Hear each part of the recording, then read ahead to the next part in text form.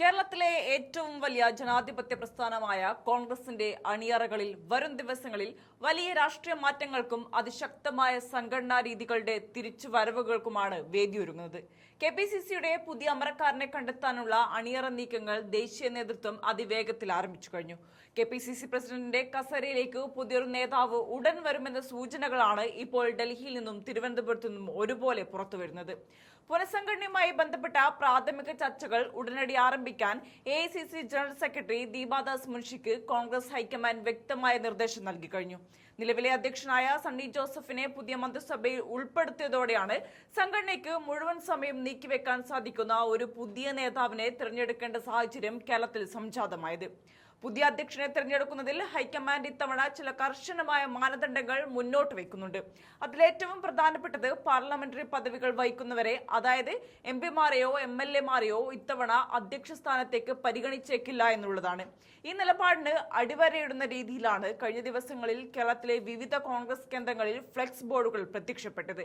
എംഎൽഎമാരും എംപിമാരും തങ്ങളുടെ സ്വന്തം മണ്ഡലങ്ങളിലെ വികസന കാര്യങ്ങളിലും ജനങ്ങളിലേക്കും കൂടുതൽ ശ്രദ്ധ കേന്ദ്രീകരിക്കട്ടെ എന്നും സംഘടനയെ നയിക്കാൻ മറ്റുള്ളവർക്ക് അവസരം നൽകണമെന്നുമാണ് ഈ ഫ്ലെക്സ് ബോർഡുകളുടെ അണികൾ ആവശ്യപ്പെട്ടത്. ഈ പൊതുവികാരം ഉൾക്കൊണ്ടുകൊണ്ട് തന്നെയാണ് ഹൈക്കമാൻഡും ചർച്ചകളുമായി മുന്നോട്ട് പോകുന്നത്. നിലവിൽ ഹൈക്കമാൻഡിന്റെ പരിഗണനാ പട്ടികയിൽ പ്രമുഖരായ 3 പേരുകളാണ് പ്രധാനമായും ഉയർന്നു കേൾക്കുന്നത്. മുതിർന്ന നേതാക്കളായ എം ഹസൻ, ജോസഫ് വാഴക്കാൻ, മുൻ കെപിസിസി പ്രസിഡന്റ് മുല്ലപ്പള്ളി രാമചന്ദ്രൻ എന്നിവരാണ് ഈ പട്ടികയിലുള്ളത്. ഇതിൽ മുല്ലപ്പള്ളി രാമചന്ദ്രനെ മുന്നണി കൺവീനർ സ്ഥാനത്തേക്ക് പരിഗണിച്ചേക്കുമെന്ന ശക്തമായ വിവരങ്ങളും പുറത്തുവരുന്നുണ്ട്. കർണാടകയിലെ മന്ത്രിസഭാ വികസനവുമായി ബന്ധപ്പെട്ട അടിയന്തര രാഷ്ട്രീയ സാഹചര്യങ്ങൾ പൂർത്തിയായ ശേഷമേ കേരളത്തിന്റെ കാര്യത്തിൽ അന്തിമ ചർച്ചകളും പ്രഖ്യാപനങ്ങളും ഉണ്ടാവുകയുള്ളൂ എന്നാണ് കോൺഗ്രസ് കേന്ദ്രങ്ങളിൽ നിന്നുള്ള ധാരണ.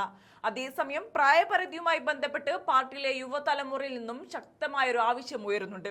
പരമാവധി 55 വയസ്സിനകത്തുള്ളവർ സംഘടനയുടെ തലപ്പത്തേക്ക് വരണമെന്നാണ് നേതൃത്വത്തിലെ വലിയൊരു വിഭാഗത്തിന്റെ താല്പര്യം.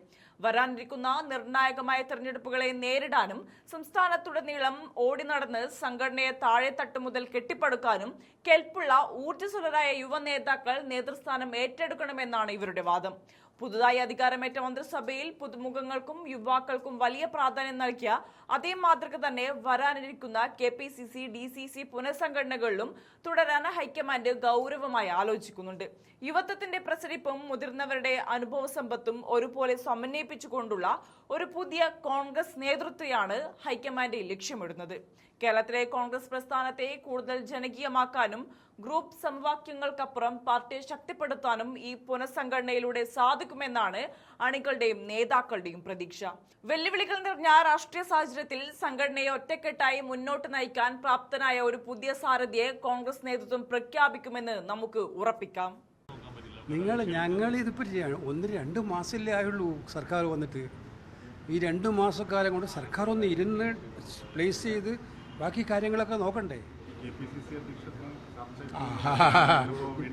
ഞാൻ അന്നൊരു ചോദ്യം നോക്കുമായിരുന്നു, ഈ ചോദ്യം വരുന്നതിനാണ്. അപ്പോൾ ആ വിവരത്തിലെ താല്പര്യമുള്ളൂ.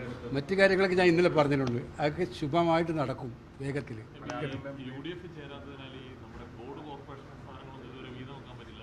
ഞങ്ങളിതിപ്പോൾ 1-2 മാസമല്ലേ ആയുള്ളൂ സർക്കാർ വന്നിട്ട്. ഈ 2 മാസക്കാലം കൊണ്ട് സർക്കാർ ഒന്ന് ഇരുന്ന് പ്ലേസ് ചെയ്ത് ബാക്കി കാര്യങ്ങളൊക്കെ നോക്കണ്ടേ? അപ്പോൾ അതിൻ്റെ അടിസ്ഥാനത്തിലുള്ള താമസം മാത്രമേ ഉള്ളൂ. നിങ്ങൾ അതിനൊന്നും ബേജാറാവണ്ട. ഇതൊക്കെ UDF ഇരിക്കും, KPCC ഇരിക്കും. അതൊക്കെ ഇരുന്ന് ചർച്ച ചെയ്ത് ഫലപ്രദമായ തീരുമാനങ്ങളുണ്ടാകും. ഓക്കെ.